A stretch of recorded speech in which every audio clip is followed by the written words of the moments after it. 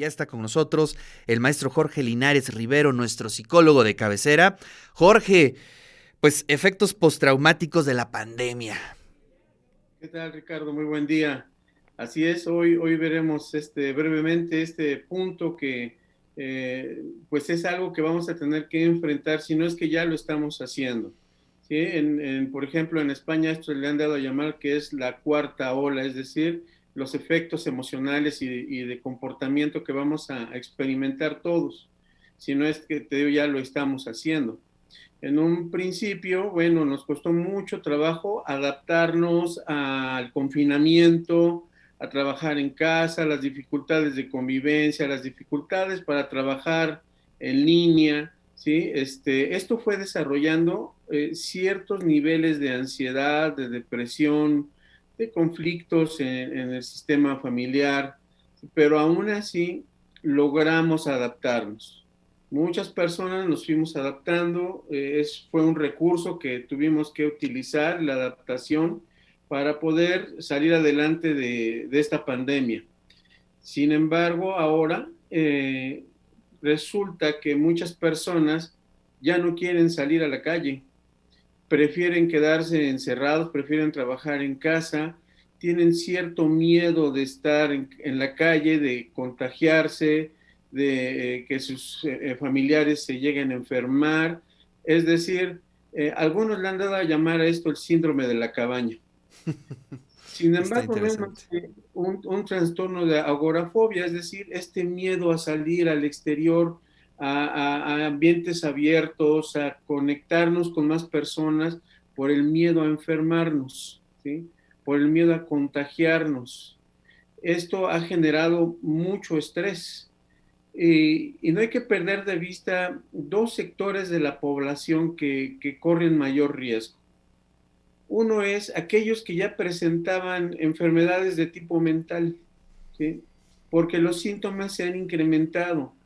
Antes tenían el recurso de ir al hospital, de ir al consultorio, pero durante año y meses, 8 meses más, se han mantenido encerrados, se han mantenido en confinamiento y esto seguramente pues ha incrementado estos síntomas o han desarrollado otros síntomas, ¿no? de conflicto en estas enfermedades mentales.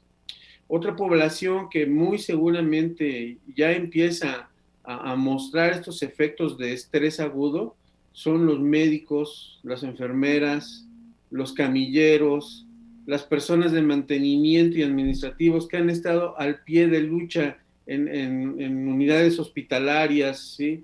Estos también sin duda van a desarrollar o ya experimentan estos síntomas de estrés agudo, ¿sí? Y bueno, la población en general, que lo que más se espera son este trastorno de ansiedad y de depresión. Muy seguramente en la población adolescente, estos pensamientos o ideaciones suicidas se han incrementado. Esto es lo que tenemos que enfrentar actualmente. Tenemos que estar pendientes de estos síntomas. Sí, y además que ya hay un cansancio muy fuerte, ¿no? Es decir, pues ya llevamos año y cachito. De ¿Sí? pronto, pues no sé si a ti te pasó, pero de pronto hace quizá un mes o mes y medio pensamos que esto ya estaba, acabando, ¿no? O aunque lo sabíamos que por dentro que no, algo nos decía que ya, se estaba acabando, que íbamos bien, ¿no? Y hoy estamos viviendo un momento bien crítico, que ya se No, pronosticó que para septiembre, octubre viene el pico de esta tercera ola. Es decir, pues volvemos a estar en un escenario muy complicado y dentro de unos meses estaremos en otro escenario complicado porque pues finalmente el ciclo de la vacuna se acaba. Es decir, todavía hay mucho trayecto en esta así es. pandemia y necesitamos estar como muy conscientes, preparados psíquicamente, ¿no? Así es, así es. Reconocer estos síntomas cuando son naturales, ¿sí? El estrés, la ansiedad son naturales, el miedo es natural en el ser humano, pero cuando nos rebasa, eso es lo que tenemos que aprender a reconocer. Cuando ya no tenemos ese control, o más bien esa administración, porque hablar de control es como sinónimo de represión. Entonces, esta administración de estas emociones es cuando debemos pedir ayuda, es cuando debemos investigar, porque sí, sin duda lo que estamos viviendo es histórico, pero además de todo, nunca habíamos desarrollado herramientas para pelear con estas situaciones.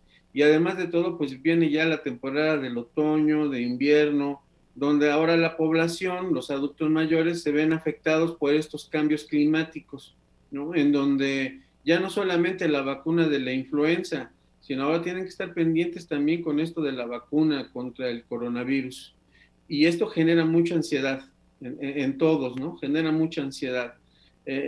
Tienes toda la razón, aún nosotros siendo conscientes de lo que estamos atravesando, experimentamos momentos de ansiedad, momentos de frustración, de tristeza, de enojo, ¿sí? Que ya sé que son emociones naturales, pero que cuando nos abordan de una manera que nos supera, es cuando entramos en una crisis. Lo ideal es como prepararnos, teniendo actividad física, teniendo actividad lúdica, ¿sí? No perdiendo el contacto con los amigos y con los familiares a una distancia.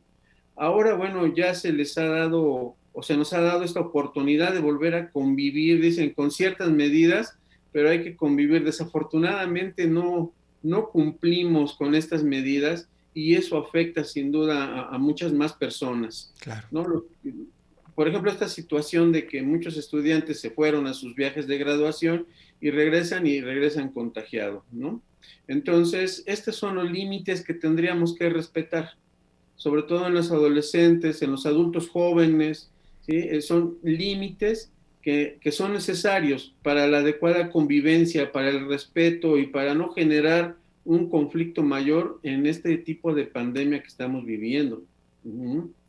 Sí, sí, la verdad es que es un escenario bien complicado, pero bueno, pues es el único que tenemos además, entonces hay que aprenderlo a administrar, a vivirlo y bueno, y siempre en las manos de los especialistas, que siempre lo insisto, a veces recurrimos a los compadres, a las comadres, a los amigos, pues sí nos escuchan, pero es distinto, ¿no? Siempre es importante tener la presencia de un especialista para que podamos salir de nuestras crisis, de nuestros baches y poder continuar pues viviendo bien, ¿no? Con una buena calidad de vida que a veces invertimos muchísimo en ropa, en otras cosas y no atendemos pues lo sustancial de nuestras vidas, ¿no?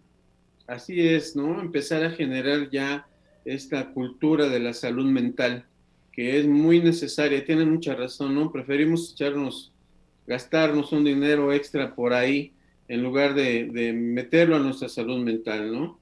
Y mira, curiosamente experimenté yo esto porque cuando hacían llamadas telefónicas, lo primerito que te preguntaban es cuánto cuesta, ¿no? Y cuando decíamos es gratuito, no la creían, decían, o sea, a lo mejor es chafa el servicio, ¿no? Porque es gratuito, ¿no? Pero cuando les dices la tarifa, dicen, bueno, luego le confirmo y ya no vuelven a llamar, ¿no? O sea, es la cultura que ojalá poco a poco ya la fuéramos desarrollando, que yo pienso que incluso la pandemia nos ha ayudado a visualizar que sí es necesario una cultura de la salud mental. Y muchas personas han acudido al servicio, lo que implica que ya vamos en vías de desarrollar de mejor manera este servicio de la salud mental que de todas formas todos tendríamos que solicitar esa ayuda cuando nos enfrentamos a estas crisis y no sabemos cómo manejarla, cómo administrarla. Es la idea de la salud mental. Muy bien, pues ahí está la recomendación. Tus teléfonos, Jorge, para consultas dentro también del hospital universitario, ¿no? Sí, en el hospital universitario pueden acudir ahí al servicio del archivo donde solicitan las consultas. Ahí, bueno, los derivarán con nosotros y también al teléfono 22 22 55 se me olvidó, 22 22 55 54 34. Mira mi teléfono y se me olvida. Muy bien. No te preocupes, maestro. Muchas gracias y nos estamos escuchando la siguiente semana. Que estés muy bien, Ricardo. Buen día.